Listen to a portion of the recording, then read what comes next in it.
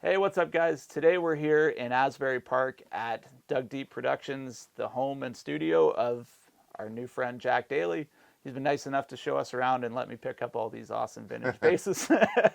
So it's taken us a while to get around to actually doing the interview. But Jack, thanks for having us down. Oh, my pleasure. Glad to have you guys here. So for you folks at home that might not know, Jack's played with some amazing artists. You were Lenny Kravitz's bass player for 15 years. Yeah.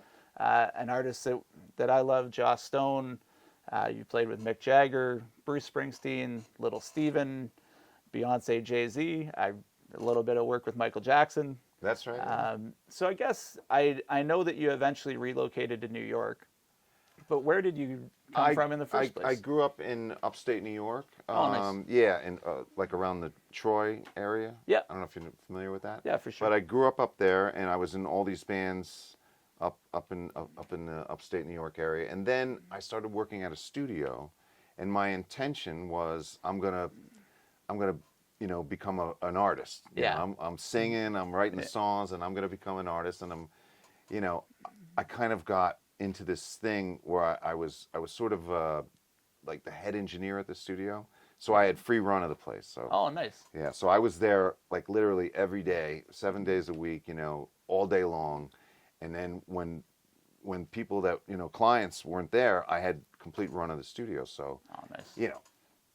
I just became obsessed with it. And then like 3 or 4 years later, I'm like, I gotta get to New York. I gotta make something of myself, Yeah. So I basically left that studio, moved to New York, and auditioned for this funk band. And the guitar player was Ronnie Drayton. Oh, nice. And Ronnie was a complete badass. Ronnie's since has passed away, but it was my first sort of New York experience, and he said, move to New York. He said, you'll get tons of work here. Oh, he nice. said, because you just have all the elements, and he was very encouraging. And your first day in New York, you don't expect any encouragement, right? So, but he was very encouraging, and we ended up playing together a bunch. But I played, and I got that gig with that band, and then within like a year, I was in 4 or 5 bands, and within 2 years, I was in 13 bands. And you don't realize it at the time, but when you're playing with that many people and playing that much, you get better. You really learn a lot, and it's all kind of happening in an organic way, so you don't even know it. But yeah, just going about. So I moved to New York in '89. Oh, nice. And then within like 2 years or 2.5 years or whatever, being in New York, I started getting touring gigs and started playing on records and stuff. And things started to feel like this is a good move. This is the right thing. Yeah, absolutely. And then so you'd moved in '89, and then '93 rolls around, and the Lenny Kravitz audition comes up. Yeah, and part of the reason why that went to me is because I used to do this thing every Monday night, where we did only Zeppelin, right? And it was on Bleecker Street, and it was this band called Four Sticks, and it was a bunch of session musicians, but we played Zeppelin every Monday night, and we played the hell out of it. And so I think the word on the street was that Lenny was looking for a bass player that could play like John Paul Jones, but also could play like Verdine White and that kind of stuff. So he wanted someone funky, and also someone that was rock. And the look's always important, but the look was very important. And I sort of looked I kind of had a similar vibe to the guy that was leaving, Yeah. So, I auditioned in New Jersey with his engineer producer Henry Hirsch. There was about 20 guys from New York, all guys that were playing around the scene in New York. Yeah. And Henry picked me and one other guy and said, I think you guys, between the two of you, I think one of you guys is the right guy. Oh, nice.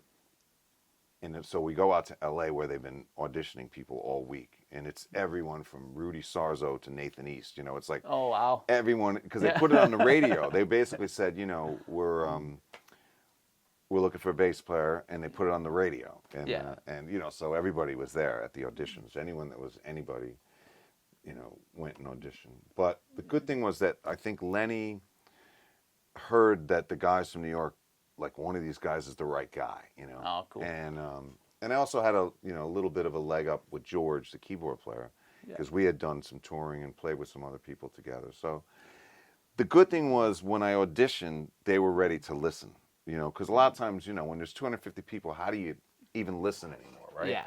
But if everyone's saying this guy's the guy, you're going to pay attention. So that's kind of what happened. And the week that I auditioned, like a day into the rehearsals, because I went out there to audition, and Lenny, I said to Lenny, okay, I'm going to head back to New York and get my stuff.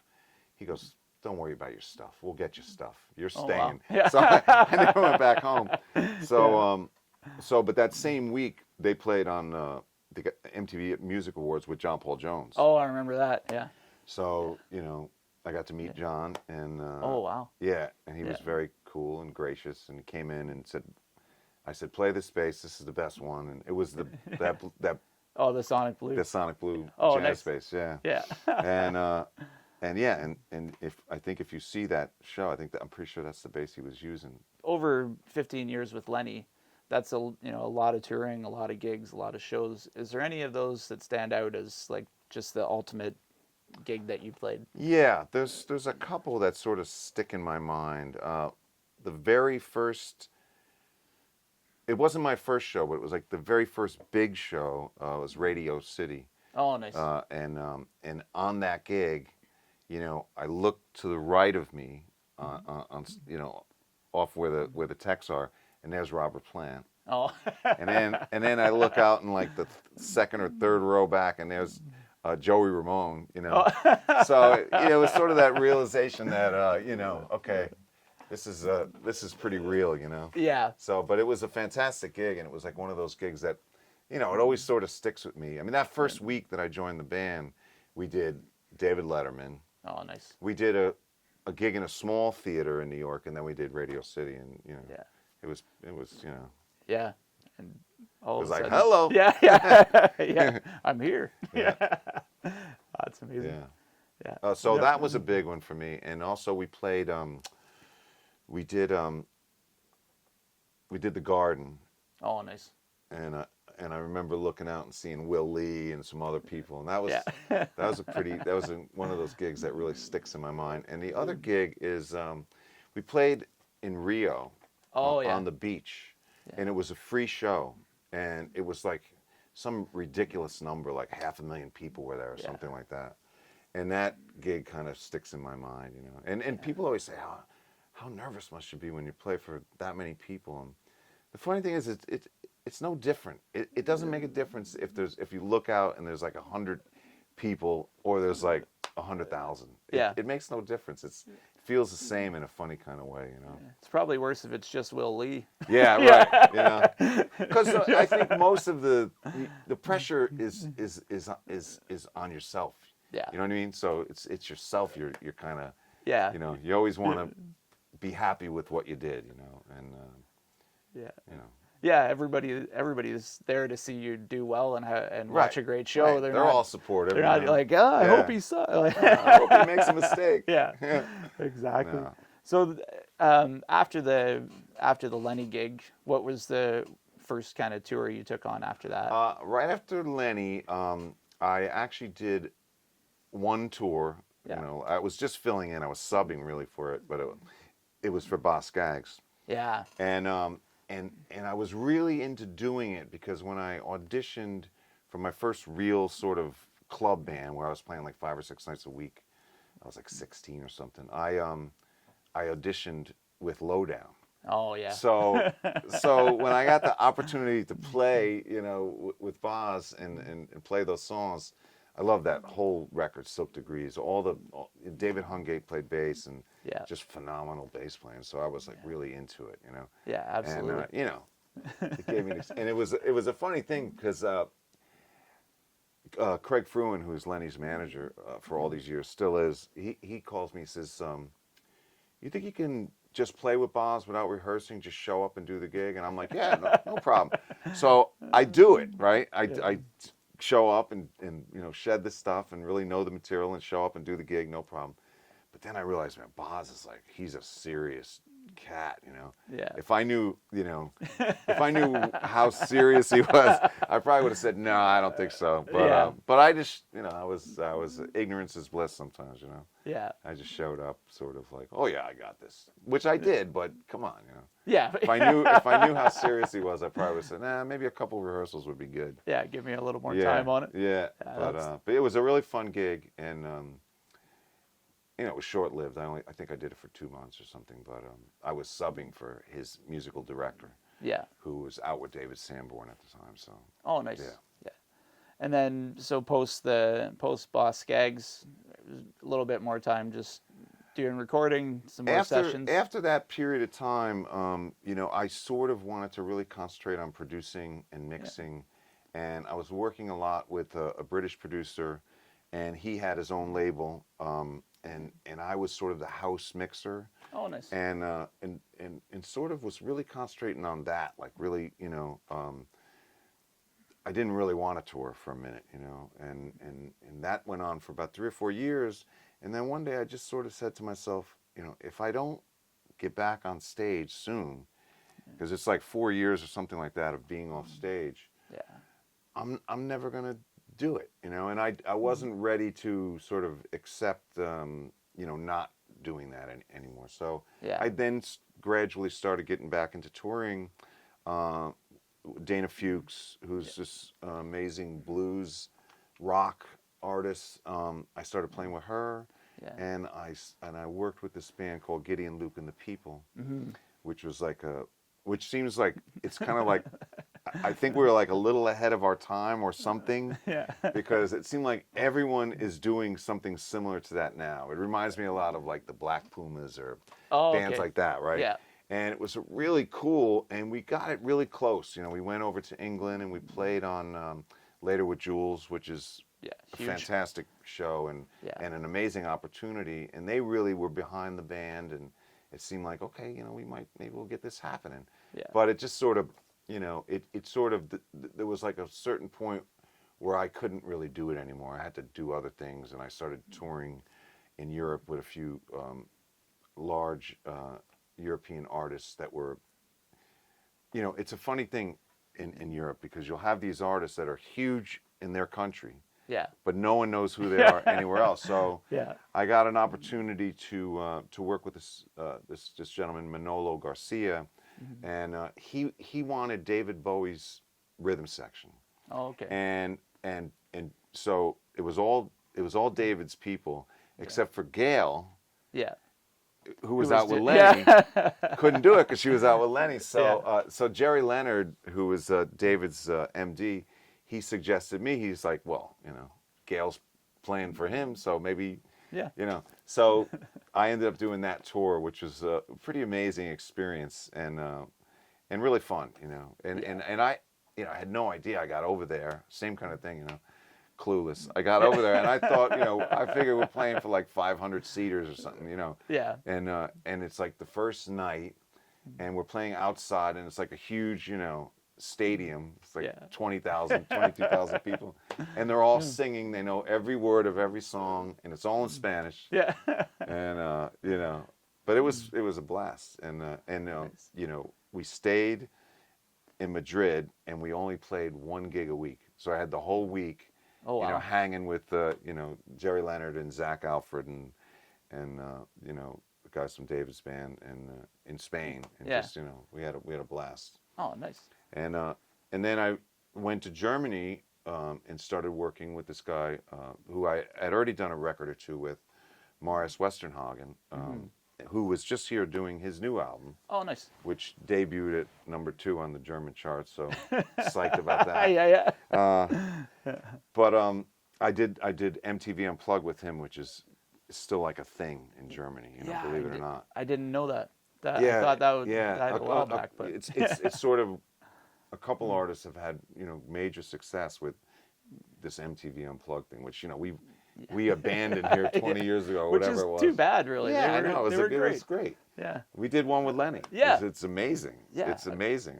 I recently sent him a note saying, that's some funky acoustic guitar. Because, you don't think it's going to be that funky with everyone playing acoustics, but it was good. That was really good. Anyway, after that, I started touring with Steven Van Zandt and the Disciples of Soul. Yeah. And we did about 4 years.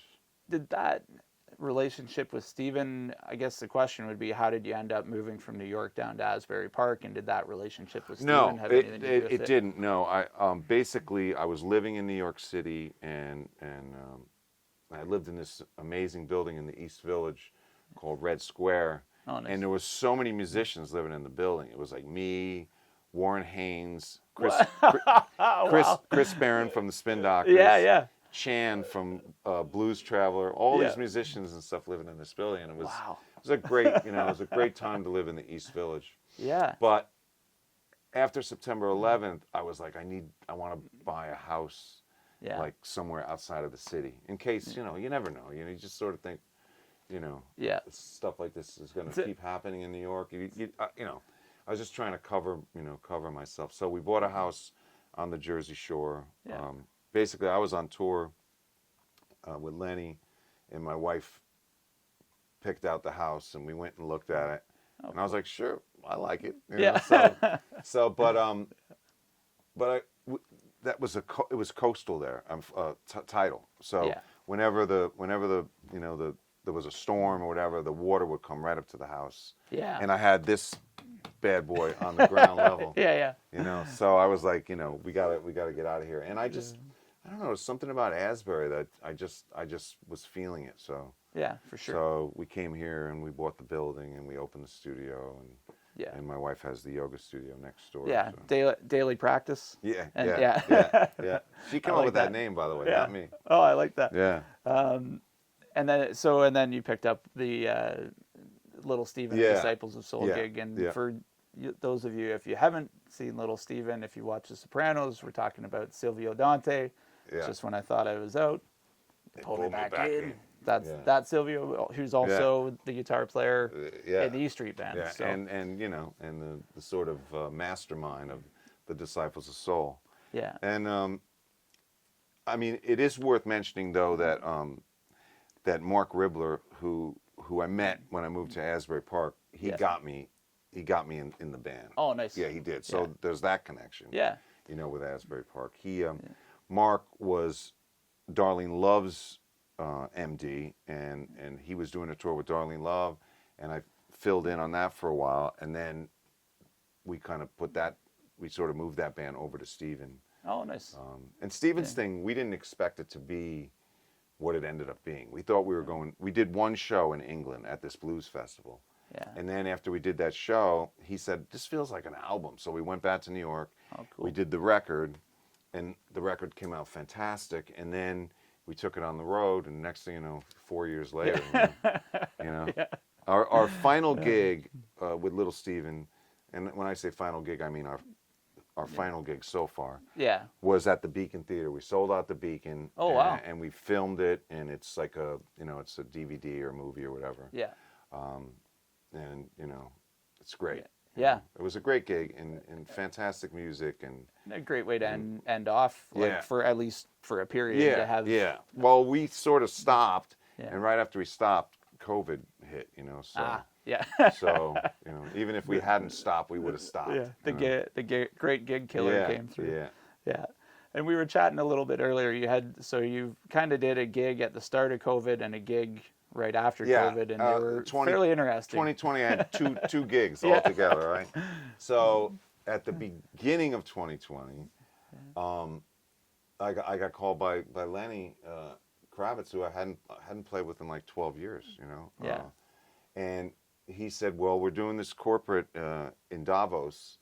I think it's the Economic Forum. Yeah. It happens once a year. Yeah. And he said, "You want to play?" And I'm like, "Yeah." So I listened to all the songs, and there was only one that I hadn't played before, so came Not back bad. pretty good, you know. And I went and played with him, and it was the weirdest thing because it really felt like it was like 12 days, not 12 years. It was just like the strangest I got, and it was a different drummer, you know, but he's fantastic, Franklin Vanderbilt. Yeah. And but it was just, you know, Craig Ross on guitar, George Lax, same sax player, Harold Todd. Yeah. And it just felt like, you know, just like the old times. like yeah. It was pretty amazing. Yeah. And then it was about 2 weeks after that COVID really hit, and I was doing. I was hanging out with some people, and we were sort of joking about it, you know, like a week before, and then all of a sudden, Yeah. you know, everything's done. So, Yeah. so that year, 2020, was when I finished building the studio because I had nothing else to do. Yeah. Right? For sure. So I would get up every day and come over here and, you know, whatever the project of the day was, try to get the studio a little closer to being open. But then in December, might have been the first or second week of December, I get a call from Steven Van Zandt, and he said, you know, we're doing SNL, and you know, he said in a very Silvio Dante kind of way, I think I'm going to need you to step in on this. Yeah. And, I'm like, and I said to him, well, I said, you know, Steven, I said, it's next weekend? He said, yeah. And I had like my first big session at the studio booked. Yeah. And I was like, I got a session at the studio, you know. And Steven goes, and he just, you know, he just moaned in a way that made me realize that, like, he already sold the idea to Bruce that if Gary can't do it, I got the guy, you know. And he did not want to have to unsell that after he sold it. I think that's what happened anyway. So I just said to him when he did that, when he made that sound, I was just like, I'm in. Yeah. Whatever you need. Whatever you need, boss. Yeah. So yeah, I did it, and it was great. It was amazing. And my concept for it was, you know, just try to sound as much like Gary as you can. Yeah. And it's not about you. It's not about getting noticed. It's not about trying to stick out. Yeah. It's just like, take your place in the back. Yeah. Play the songs as perfectly as you can, and don't mess up. Yeah. Yeah. And after we did the show, and Bruce was great. He was very gracious, and he just would always, you know, when we rehearsed and stuff like that, he would just say, "Sound great, Jack," and that's all he said. You know, he just said, "Sound great." Yeah. And Steven, I hit Steven up after, and I thanked him for asking me to do it. Yeah. And he said, You did great, like I knew you would. In other words, if you hadn't, I might have had to whack you, you know. Yeah. He was cool, and so that was it. Those my 2 gigs for 2020. So, first gig, Davos with Lenny Kravitz. Next gig, Saturday Night Live with Bruce Springsteen. Yeah. Without it, like, it's nice to have a little ramp up, you know, when you're gonna do, you know, and that show. You know, I was telling you earlier that show, and I think I've done it like 4 times. It's the most intense of all the TV shows, you know. I mean, they're all intense in their own way, and it's sort of like, boom, you got one shot, you know. Yeah. But that particular show, I think, is the most intense, just because it's got that New York energy, you know. You know, and they call you over the loudspeaker, you know, Springsteen down, come to the, you know. Yeah. It's just, you know. It's just, you know. Like you said, just hallways of people flying hallways by. And there's all the stars walking by, and you're just standing there like going, oh, boy. When and like I had heard the actors talking about, like, it's great at first because you go and you do these rehearsals and everything's good. And then when you go to do the show, they're like, you're on in 3 and we want you to change this to this. And it's like, well, that's a whole I mean, I don't know what would happen if they said, oh, well, we're changing the arrangement 3 minutes before, but thank God, you know, that didn't happen. Yeah, absolutely. But it's, you know, it's intense. Live TV is always intense, you know. It doesn't matter what it is. It's always intense. It's nice doing live TV off the back of touring. In other words, you've been out touring a song and it becomes a hit and you're going to go play it on TV. Yeah. That's kind of like no pressure, right? Because you've already got it like so ingrained and so in your hands. But when it's, you're coming off of no gigs at all. You've been a carpenter for like the year, building your studio. And playing with the E Street Band. Yeah. And like what you said is, obviously they've had the same bass player forever. Yeah. They must like what he's doing. Oh, so Gary's why mix it up? He's phenomenal. Yeah. So, I was lucky because I was given like a bass tape, which had like, the bass on one side and then the record on the other side. So you could really hear what's get going into on what it was on the record and really learn the exact part. Yeah, that's handy. There's nothing worse than having to dig through a mix and and try and hear. Sometimes you're like, it's amazing sometimes too when you think it's you think it is, and when you really hear it, depending on how thick the whole recording is and stuff like that. And sometimes it's half of what you thought it was. Yeah, exactly. Or there's you heard something in a guitar part or a keyboard part that made you think the bass was playing this or that.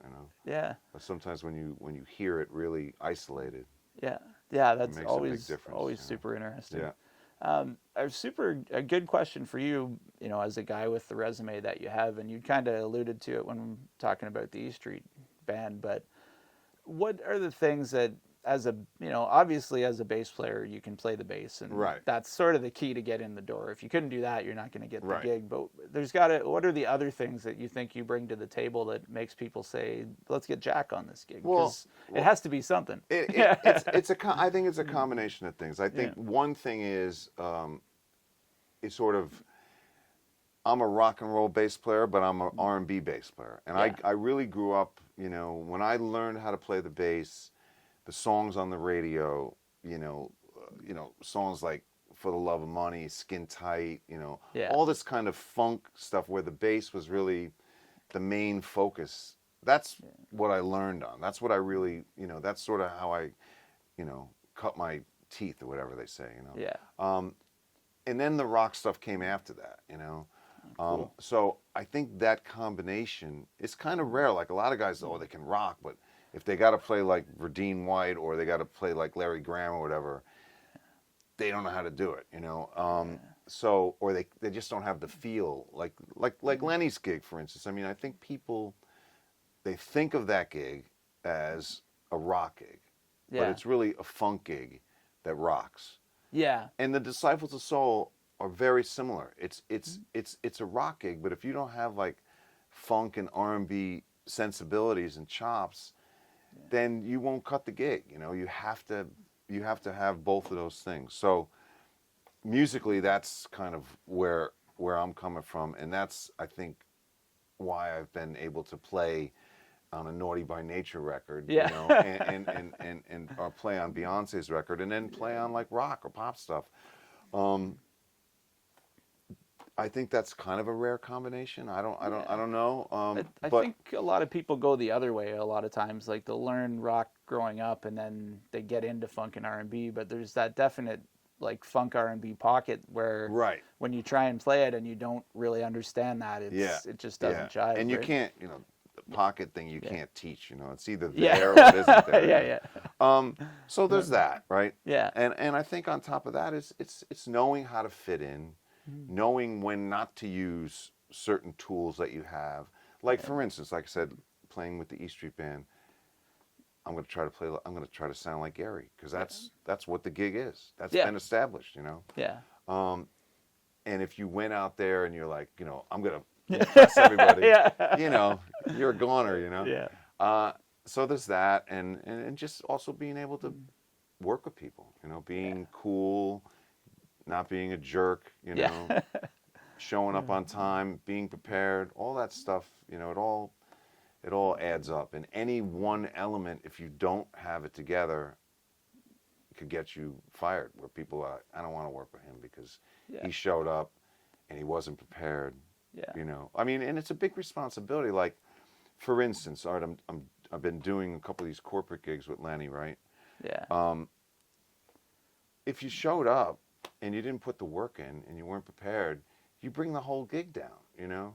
Bass is that instrument, you know, that you can't fake your way through it. No. You know, you have to know the material better than anyone else in the band, you know, because it's the bass, and it's one mistake is too many mistakes, you know. It's just, you know. I feel like that's very, very true, and it's easier on other instruments where you can kind of get away with not quite having it or doing something a little different, but everybody knows when the bass line is not happening. Right? Everybody knows because it changes the chord basically. Yeah, you know? yeah, exactly. And usually, if there's a mistake, it's a half step out. You know, you know? So it doesn't change the chord to one anyone wants to hear. Yeah, the best interval to be off. Yeah, but it's just that instrument. It's. I mean, I always joke in a way, but it's kind of true that if anybody else in the band makes a mistake, it sounds like the bass player made a mistake. You know? If the guitar player or the keyboard player hit a wrong chord or whatever, everyone looks at the bass player like, I've seen that that big, for right? sure. Yeah. That's you got to make a mistake and look at somebody else. Yeah. Nice. Yeah. You know, just try. I try not to do it. You know, and it's not the kind of thing that you really get a lot of credit for usually.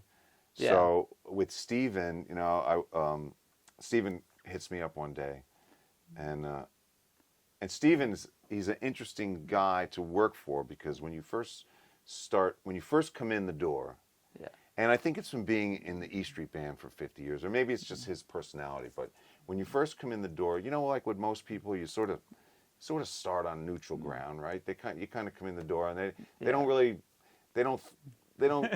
really kind of think you're going to be great or think you're going to, you know. Yeah. But with Steven, it's like you really come in. It doesn't matter who said you were good or whatever. You kind of come in below street level, you know. Yeah. And you have to prove yourself to him. But once you do, there's no one better, right? Yeah. He's the best guy in the world. It takes a minute. He's got to get to know your playing, and there's got to be some trust built up. Yeah. So I joined the band, and I was in the band for a while, and I think about a year in or a year and a half in, we had done this all this touring, and we made a live record out of it, and or most of it was made into some kind of a live record, and all the stuff was mixed by Bob Clearmountain. Oh, cool. And Steven says, I got this email from Bob, and it starts out, what's the deal with your bass player, right? Oh. And I'm like, uh-oh. So I keep reading it, and it says, what's the deal with your bass player? And then he goes, not only is he the closest thing I've ever heard to James Jamerson, he said, in 4 hours of music, there's not one bass mistake. And he goes, I've never had that happen before. Oh, wow. And I was just like, those are a couple insane compliments. yeah, it was an insane letter, and you know, I think as valuable to me as the Bootsy check that I told you. Yeah. You know, because you don't get compliments for not screwing up. No one notices when you don't screw up. They only notice when you do screw up. Yeah, that's very true. But Bob, somehow it caught Bob's attention, and Steven was tickled because he said, you know, Bob never says anything, you know. Yeah. So when he got that letter, he sent it to me, which was incredible. That's you know, huge. Because most people would just be like, yeah, whatever. Yeah. It's not about me. But not Steven. He sent it to me. He was proud, you know. Yeah. Is, you know. Oh, that's great. Yeah. And we should talk about the Bootsy Collins check, because that's actually a really, really interesting story. So you were playing in Cincinnati and ended up meeting Bootsy. And Bootsy was he was side stage, like Robert Plant was in New York. You know? I think I was more nervous about Bootsy. No, anyway, and he was sitting there, and he was watching us, and he was really getting into it. So you know, I didn't think anything of it. He saw a couple songs. We tried to get him to sit in. He was like, no, I'm not sitting in. Yeah. So then after the show was over, Lenny came running down the hall and was like, Bootsy wants you to come back to his house. Yeah. And I'm like, we're going to Bootsy's house? He's like, yeah, we're going to go back and we're going to record something. I'm like, fantastic. So we went to Bootsy's house and we recorded 2 tracks. Oh, nice. And he told us like some amazing, you know, stories about being in James's band and stuff like that. And and he wrote, he wanted to pay us, you know, so so he writes out a check, and it's Bootzilla Productions, and in the memo it says bass session. Yeah. And I never cashed it. It's in the other room. I'll show it to you. Yeah, because I was like, I'm not cashing this. I'm keeping this. Yeah. So Yeah. there's That's more value to me. Yeah, for you know. for any of us Yeah. bass players, Yeah. the check's worth more than the money. Yeah. Bass session. William Collins. You know? Yeah. That's Yeah. amazing. Yeah. And then going into like a record that you played on that I'm a huge fan of, and there's a bunch, but the Joss Stone records. Right. I know Cindy was on that as Yes, well. yeah. So how did that whole relationship come together? I think, it was one of the only periods in my life where I had an agent, and she takes credit for getting me that record, but I think Cindy really got me on that record, because I think they called Cindy first, and me and Cindy, we're such a great rhythm section that I think she recommended me.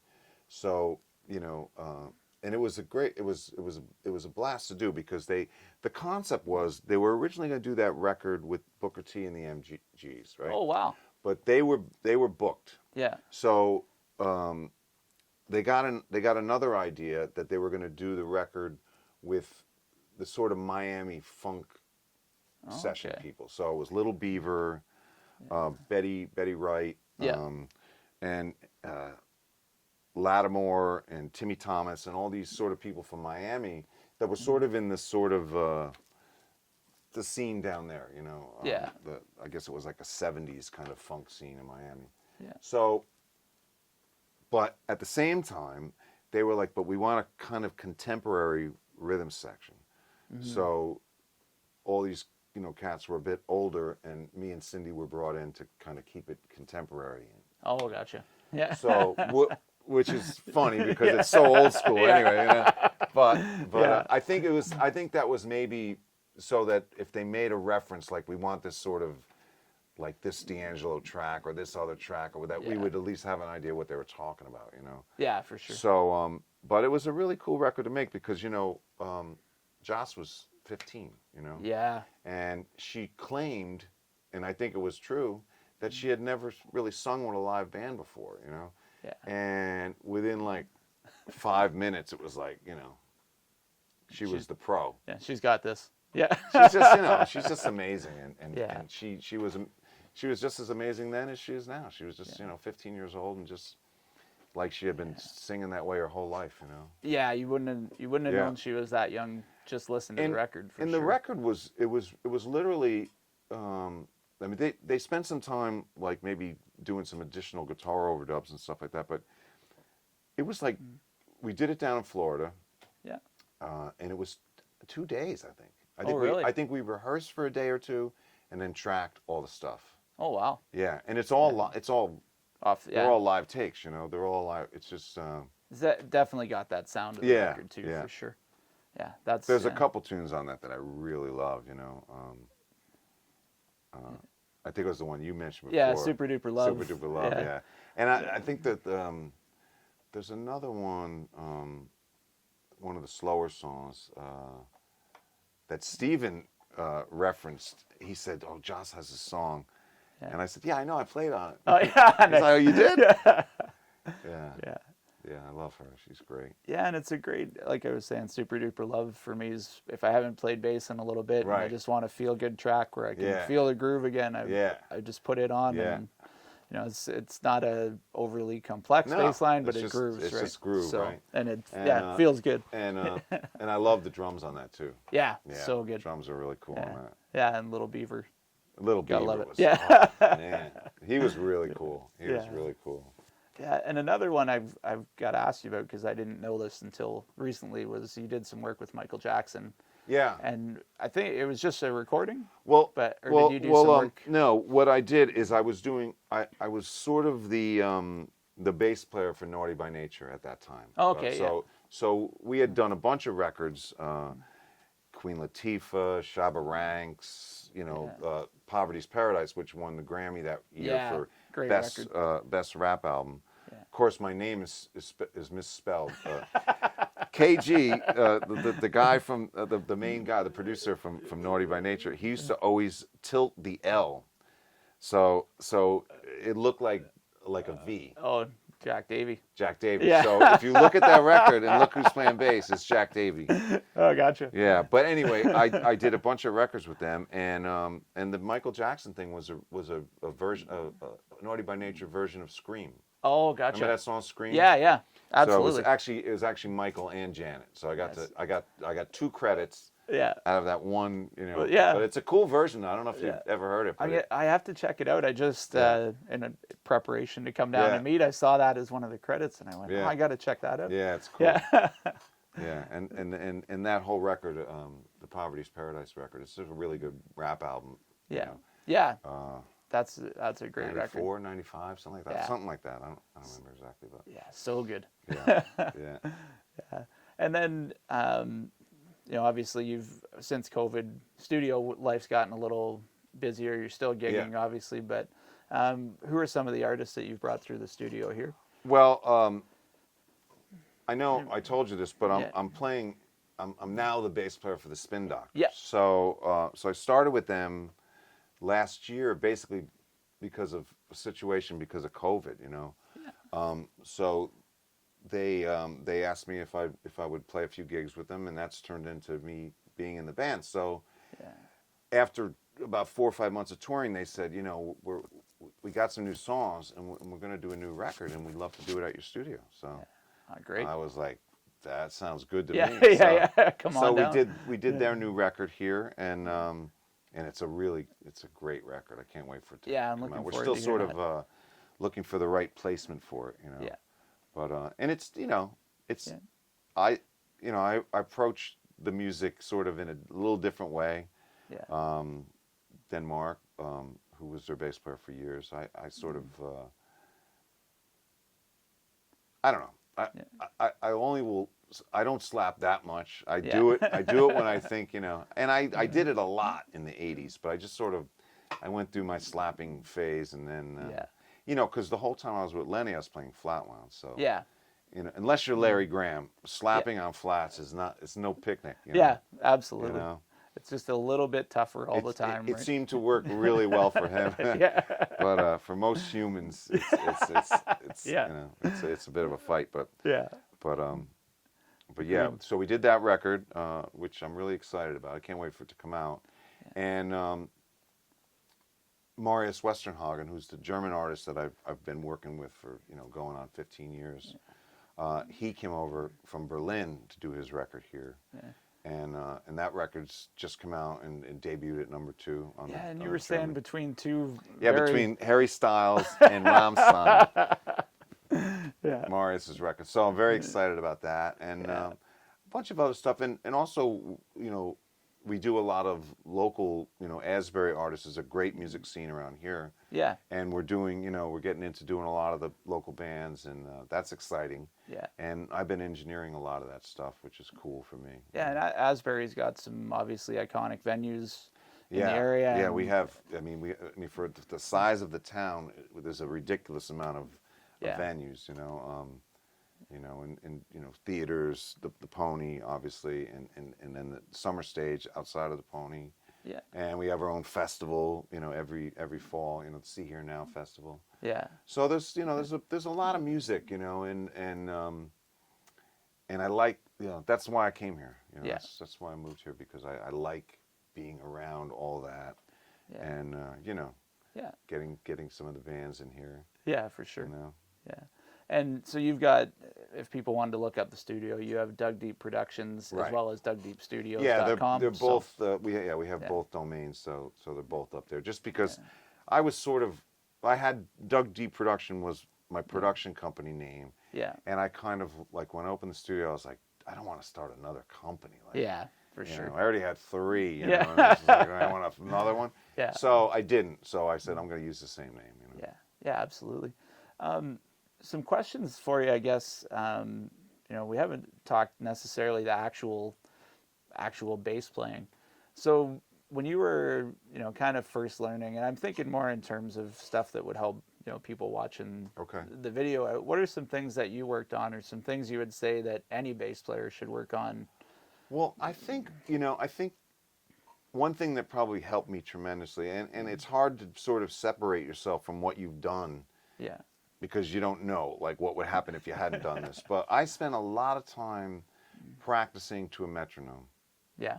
I spent, I would sit, I would sit in my apartment, and I would just play, scales, arpeggios, everything with the metronome going, Yeah. And I think either that or the fact that the 80s, we were all cutting everything to drum machines, Yeah. So I think that time, the time thing is so ingrained from that, and that's so important, Everything you play, if you don't have a great time sense, you're just doomed, Yeah, and you're relying on somebody else, which they don't like. Yeah.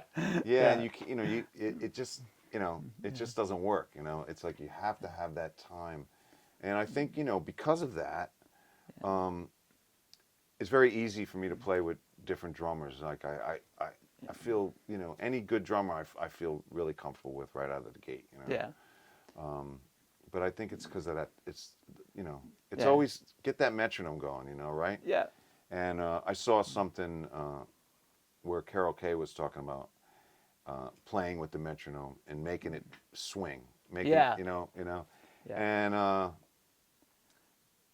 think that's a big thing. Yeah, and that's something that we talk about in one of the courses that we put together, and it's like after when you practice with the metronome for so long, you'll start to feel that there's the beat, but there's some space around it. Right. And that's where the groove actually lives, is in that space, or maybe right on top if you have a drummer that's right there, and you can play off of him and go ahead or behind. I always feel like it sounds great if the bass comes in like right after the drums. Yeah. So in other words, if you look at because we all work with Pro Tools, right? So much.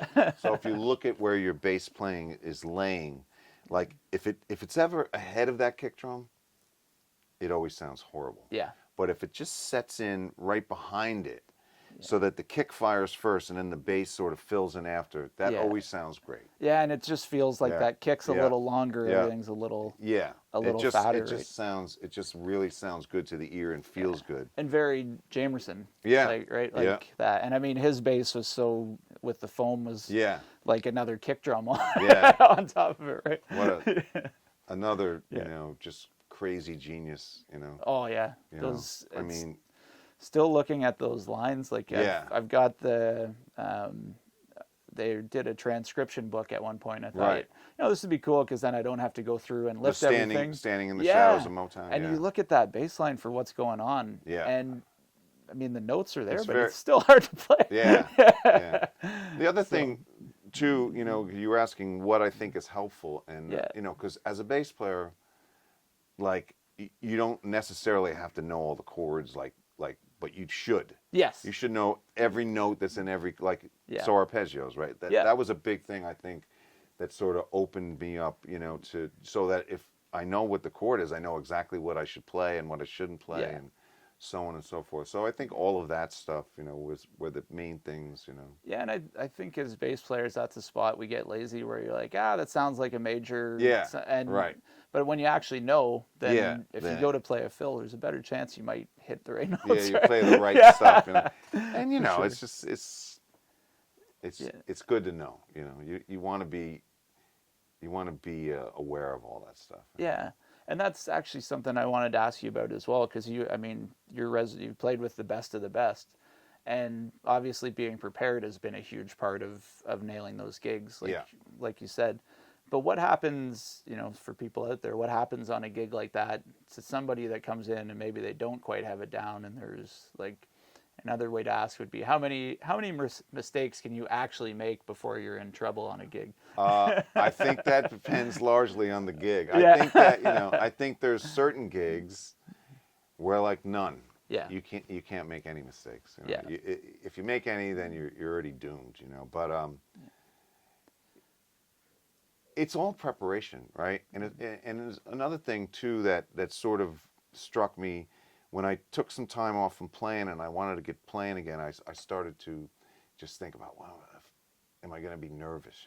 Mm-hmm. So I did a little research, and then I saw this thing, and I can't remember who said it, but it really rang true to me. Is nerves and being nervous is a result of knowing in your mind that you're not prepared.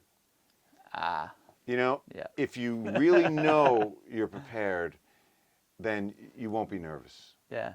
And even if you are, even if you feel a little, if you're prepared enough, your hands will just go to the right. They'll just go there. Yeah. It's almost like they think for themselves, Yeah. It's like a reflex, you know where to go. It's getting a lot of times it's getting out of your mind to let your hands do what they're supposed to do. Do what they know, right? yeah, but they have to know it. Yeah. So and, a lot of times you look up and people are cheering and you don't. It's like, oh, what did I just do? Yeah. So.